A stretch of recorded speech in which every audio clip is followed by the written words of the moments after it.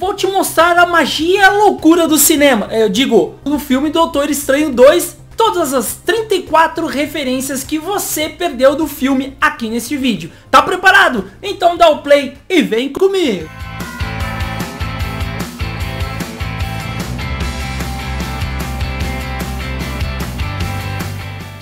Olá, Nação Geek! Tudo bem com vocês? Meu nome é Alan, este é o canal Geek Raiz que fala da cultura pop e muito mais. Para você, fã da Marvel que acabou de assistir o filme Doutor Estranho 2 recentemente, eu acredito que você deva ter perdido algumas coisinhas e deixou passar aí no filme e não se atentou. Mas fique tranquilo, porque neste vídeo você irá ver todos os 34 easter eggs que eu trouxe com muito carinho pra você. Pega a pipoca, se prepara que agora vai começar. Para iniciarmos a nossa listinha de referências, iniciamos o filme com o Doutor Estranho correndo junto com uma nova personagem do universo da Marvel, América Chaves. E este Doutor Estranho é mais conhecido como Doutor Estranho Defensor, que nos quadrinhos ele fez parte aí dos Vingadores. Aqui no filme não teve tanta relevância e já foi para cucuia, porque todo mundo aqui morre nessa beleza aqui. No filme, nos quadrinhos, além de ele ser parte dos Vingadores e depois de um certo tempo ele fazer parte dos Defensores, ele tem essa vestimenta preta com vermelho, de acordo com o que você está vendo agora nessa imagem. Se liga então nas duas criaturas aleatórias do filme. Inicialmente nós vemos uma criatura que não é citada, mas o que nos leva a crer que é a criatura dos quadrinhos Cyttorak. A primeira delas, né, que chega a matar lá o Doutor Estranho. E a outra que aparece lutando com o Doutor Estranho, o nosso Doutor Estranho do nosso universo, é uma criatura cheia de tentáculos, que aqui eles mencionam que seria o Gargantos. Mas não se engane, meus amigos, para aqueles que conhecem os quadrinhos ou até mesmo os jogos, que eu já comentei alguns vídeos aqui no canal, principalmente na série do What If, esse bicho está nos levando que seria o Shumagorath, galera. Que também ele apareceu nos quadrinhos, muito importante personagem, como também no jogo Marvel vs Capcom. Na cena em que vemos Doutor Estranho lutando contra Gargantos, a.k.a. Shumagorath, nós vemos ele conjurando inúmeros feitiços para se livrar de Gargantos. E neste momento ele conjura um machado celestial, divino, sei lá que negócio é esse. Ele começa a decepar Gargantos. E nesse exato momento, por mais que não foi citado em momento algum o nome desse feitiço ou desse machado, acredita-se que pode ser o machado de Angarmus, que foi usado recentemente nos quadrinhos aí numa saga do Doutor Estranho. É uma arma mística que Strange usa recentemente nas HQs, que é quando a magia está sendo destruída no universo por uma ordem perigosa, o Empírico. Você deve saber que o diretor do filme do Doutor Estranho 2 é o Sam Raimi, que é o mesmo diretor que dirigiu o filme do Homem-Aranha 2, do Tobey Maguire, aquele que tinha o Dr. Octopus. Então se liga, no filme faz muitas menções, ou pelo menos 3 menções a este filme. Uma delas em que o Doutor Estranho está lutando contra o Gargantos lá no prédio e América Chaves acaba ficando no parapeito, que nos lembra aquela cena em que o Homem-Aranha está lutando contra o Dr. Octopus e a Tia May fica no parapeito. Essa seria uma. A segunda é a visão do pessoal dentro do prédio olhando para a briga lá de fora, que também tem do Homem-Aranha olhando o Dr. Octopus lutando, e aqui nós vemos as pessoas vendo eles lutando lá fora. Segunda aí. E a terceira seria quando eles são envolvidos, apertados ali do Gargantos, nos tentáculos dele. Ele, o Doutor Estranho, como o Wong, e no Homem-Aranha seria aí ele enrolado nos tentáculos do Dr. Octopus. Este easter egg vai para aqueles que acompanharam todo o universo da Marvel, principalmente o filme recente aí do ano passado do Homem-Aranha Sem Volta para Casa, no qual Doutor Estranho, Wong e América Chaves estão num restaurante e eles começam a conversar e pergunta se eles já tiveram algum incidente ou já vivenciaram alguma coisa relacionada ao multiverso. E ele lembra ela que teve recentemente com o Homem-Aranha. E ela faz até uma piadinha, nossa, que tipo de nickname é esse e tal. E começa até a perguntar em relação às teias de aranha dele, da onde saem. Depois eu vou reforçar em um outro vídeo explicando esta cena aqui, meus queridos. Essa aqui seria mais uma que você deveria ter acompanhado da série da Disney Plus para poder entender melhor o filme. Estamos falando da série da WandaVision, para conectar com o filme. Vamos lá. Logo na primeira aparição, quando ela aparece para o Doutor Estranho, não sei se você notou ou não, porque quando tá no cinema não dá nem pra ouvir que é tanta gente gritando. Nós ouvimos uma trilha sonora que seria da série dela, WandaVision.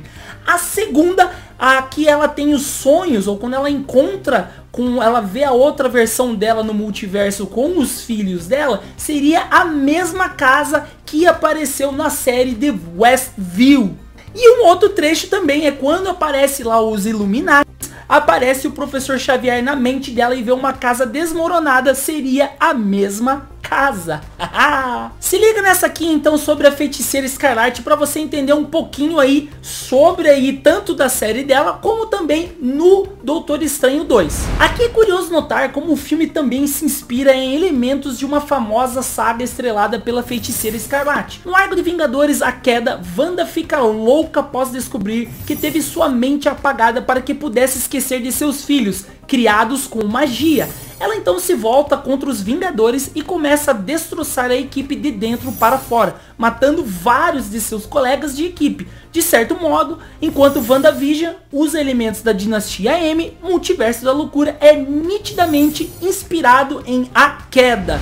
Vocês já sabiam dessa, meus amigos? Se você assistiu a série WandaVision, deve se lembrar que logo no final da série, ela acaba adquirindo um livro que se chama Darkhold, que ela tomou da Agatha Harkness, que a princípio parece que vai ter uma série dela. Vale a pena notar que este livro, ele corrompe as pessoas que acabam entrando em contato com ele, que é a mesma coisa com um livro bem famoso aí, o livro Necromonicon. Eu não sei se você gosta ou não e acompanha, já ouviu falar da série The Evil Dead, ou até mesmo filmes e séries, que foi dirigido também pelo Sam Raimi, que é a mesma coisa. Além do livro Darkhold, neste filme tivemos uma aparição de um outro livro aí dos quadrinhos, que seria o livro Vishanti, que seria descrito como uma fonte absoluta de poder, capaz de dar o poder necessário para o mago para deter os seus inimigos. Mas aqui não aconteceu, é claro. Mas no outro universo, conforme o Illuminati mencionou,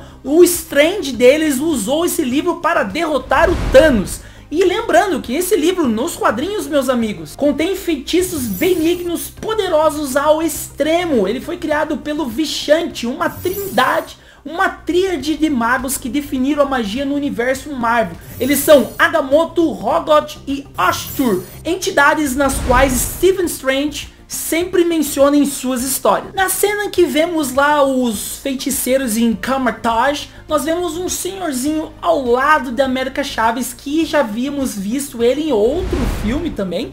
E ele nada mais é que o Mestre Hamir, sei lá como é que fala. E ele nos quadrinhos, ele é mestre do Wong. Ainda em Kamar-Taj, nós notamos lá todos os magos, um deles parece muito um ser diferente, parecido com um alce, ou até mesmo um minotauro. Aqui ele teve uma pouca relevância, mas ele também foi extraído dos quadrinhos. Se liga só, o personagem é um minotauro que nas HQs vive em um plano extradimensional chamado Rivá, e é convocado pela primeira vez para consertar o manto de levitação do Doutor Estranho. Lembrando que o manto do Doutor Estranho também foi um pouco danificado nesse filme.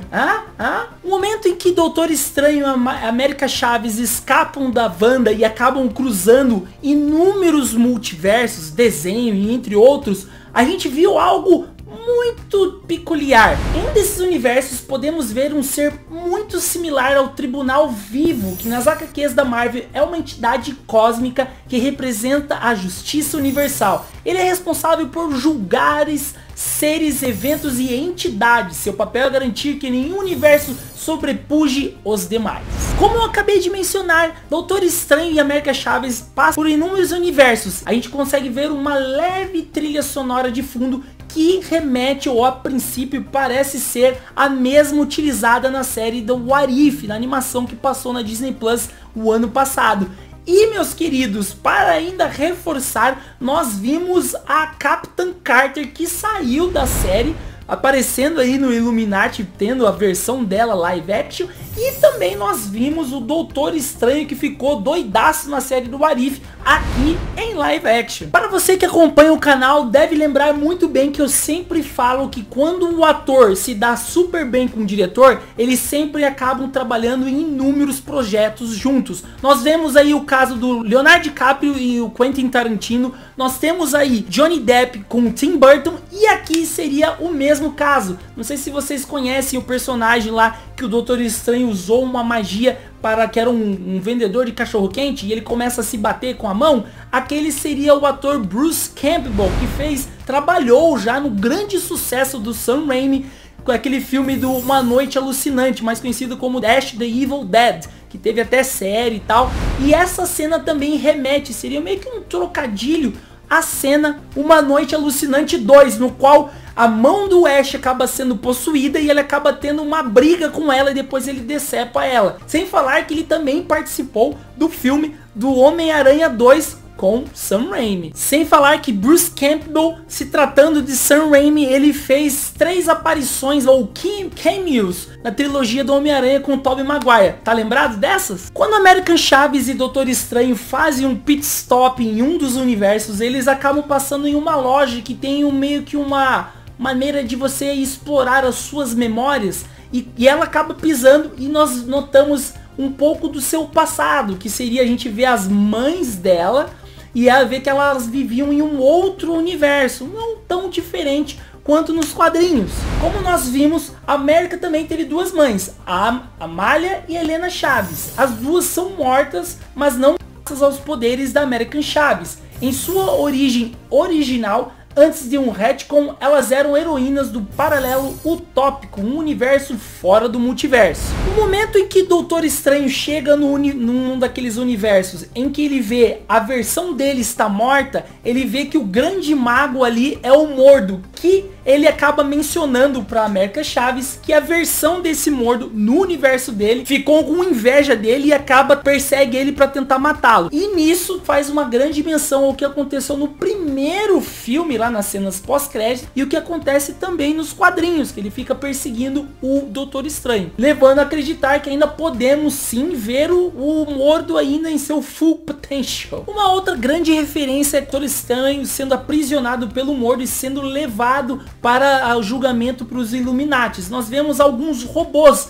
que, não sei se você está lembrado, faz menção ao filme da Era de Ultron, Vingadores 2, que também, meus amigos, já fica a dica, não apareceu o Homem de Ferro aqui. Se ele não apareceu, eu acredito que ele deve estar em alguma missão e talvez seja sim o Tom Cruise aparecendo futuramente. Neste local em que se encontra o Doutor Estranho ali, que ele foi levado na base dos Illuminati, nós vemos ali a Christine Palmer, só que uma versão dela que ela não é enfermeira, mas sim cientista, estudou muito o campo de viagem interdimensional. E essa base ela é conhecida como Fundação Baxter, e nos quadrinhos ela foi criada e desenvolvida pelo próprio Reed Richards do Quarteto Fantástico. Você deve lembrar que Christine Palm, ela colocou algumas algemas no Doutor Estranho para que contesse os seus poderes, que foi utilizado a areia de Nissanti, que é a mesma que foi colocada no chá pelo Mordo para drogá-lo e levá-lo lá para o Illuminati. Pois é, meus amigos, essas areias existem nos quadrinhos e possuem um papel similar. Presas em uma ampulheta, elas impedem que magos e feiticeiros usem sua magia por um tempo limitado. As areias têm um papel grande em O Juramento, arco estrelado por Nicodemus West, que também aparece no filme na cena do casamento. No momento em que Christina Palmer está conversando com o Doutor Estranho, explicando um pouco sobre o multiverso, ela menciona que ela está na Terra 838, que não existe nos quadrinhos, e afirma que o universo dele, aonde ele veio, é a Terra 616, que é a cronologia principal da Marvel. Curiosamente, o universo cinematográfico da Marvel foi originalmente batizado como a Terra 199999 para se distanciar das HQs e funcionar como outra realidade no multiverso do qual os quadrinhos fazem parte. No entanto, os filmes parecem ignorar essa nomenclatura. Finalmente chegamos ao grupo do Illuminati, a parte em que todos queriam ver, mas não foi tanto como foi tanto esperado. Nós vemos aqui o grupo que foi formado pelo esse universo pelo Doutor Estranho, que depois veio a falecer. Bom, pelo menos antes do grupo, né? E nós vemos aí o grupo criado pelo Dr. Richards, o Professor Xavier, o Raio Negro, a Capitã Carter, o Mordor e também a Maria Rambeau. Lembrando que esta equipe, nos quadrinhos, o grupo Illuminati já mostrado por diversas formações. A primeira tá um pouco diferente do que nós conhecemos. Eu até comentei num outro vídeo aí, mas aqui tá passando a imagem pra vocês. Essa aqui os fãs de X-Men vão pirar. Logo na parte do Illuminati nós vemos o Professor Xavier entrando com aquela cadeira icônica dos desenhos da década de 90, que terá uma continuação ainda esse ano ou próximo ano, que será X-Men 97. E quando ele entra com aquela Ferrarizinha amarela dele, nós ouvimos a trilha sonora icônica do desenho. Você reparou nisso? No momento que o Doutor Estranho está conversando com o grupo do Illuminati, eles mencionam que a versão deles foi capaz de vencer aí o Thanos, sendo que aqui em momento algum eles mencionaram sobre o arco da Guerra Infinita como o arco do Ultimato, mas sim mostra para ele um planeta, mostra uma imagem que mostra o momento em que o Doutor Estranho deles é eliminado, só que pelo Raio Negro, e aquele lugar que seria o planeta do Thanos. Agora eu vou te perguntar, será que a nossa versão do Doutor Estranho poderia ele ter feito algo diferente para ele mesmo ter impedido o Thanos? Você deve se lembrar que a Wanda perguntou para o Reed Richards se ele tem filhos, e nisso ele responde para ela que sim. E aí ela pega e rebate: ah, bom, pelo menos eles terão uma mãe para cuidar deles.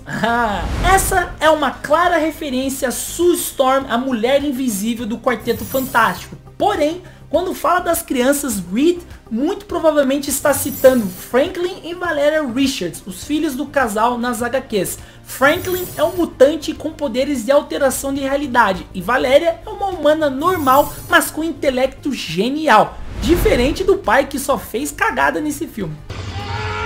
Morri! Você deve se lembrar que o Professor Xavier mencionou uma frase muito bonita e que parece bem familiar pro Doutor Estranho. Não é porque alguém tropeça e se perde no caminho que isso significa que a pessoa se perdeu para sempre. Essa é uma frase tirada diretamente de X-Men Dias de um Futuro Esquecido, a segunda franquia dos mutantes da Fox. Vocês conhecem essa frase icônica do Capitão América? Posso fazer isso o dia todo. Pois bem, essa é a mesma frase que foi utilizada pela Capitã Carter, não só na série What If, como também aqui no filme, mas claramente ela não consegue fazer isso por muito tempo.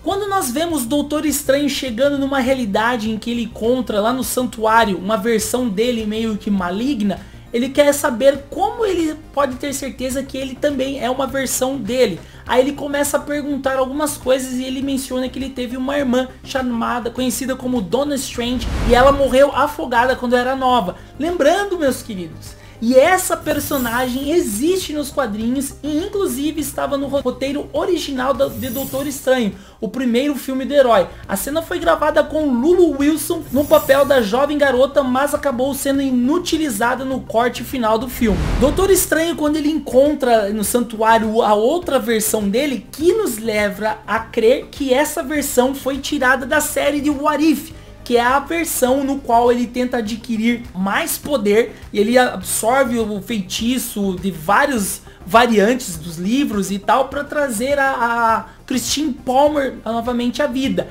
E aqui nós vemos a manifestação do terceiro olho do Doutor Estranho, uma bosta. Mas nas HQs, sempre que usava o olho de Agamotto, Strange ficava com um terceiro olho em sua testa também, que o permitia enxergar feitiços, magias e maldições ocultas. O próprio olho de Agamotto aparece nesse filme, por mais que não sirva mais como um receptáculo para a Joia do Tempo. Aqui, o olho é usado por Strange para tentar decifrar um segredo, que o aproxima de sua versão nos quadrinhos. No clímax do filme, Wanda descobre que existe um castelo no qual os feitiços de Darkhold foram originalmente criados. E esse castelo fica num monte chamado Wundagore, que foi fictícia dos quadrinhos. O Monte Wundagore originalmente teria sido o local original de nascimento da Feiticeira Escarlate e do Mercúrio nos quadrinhos.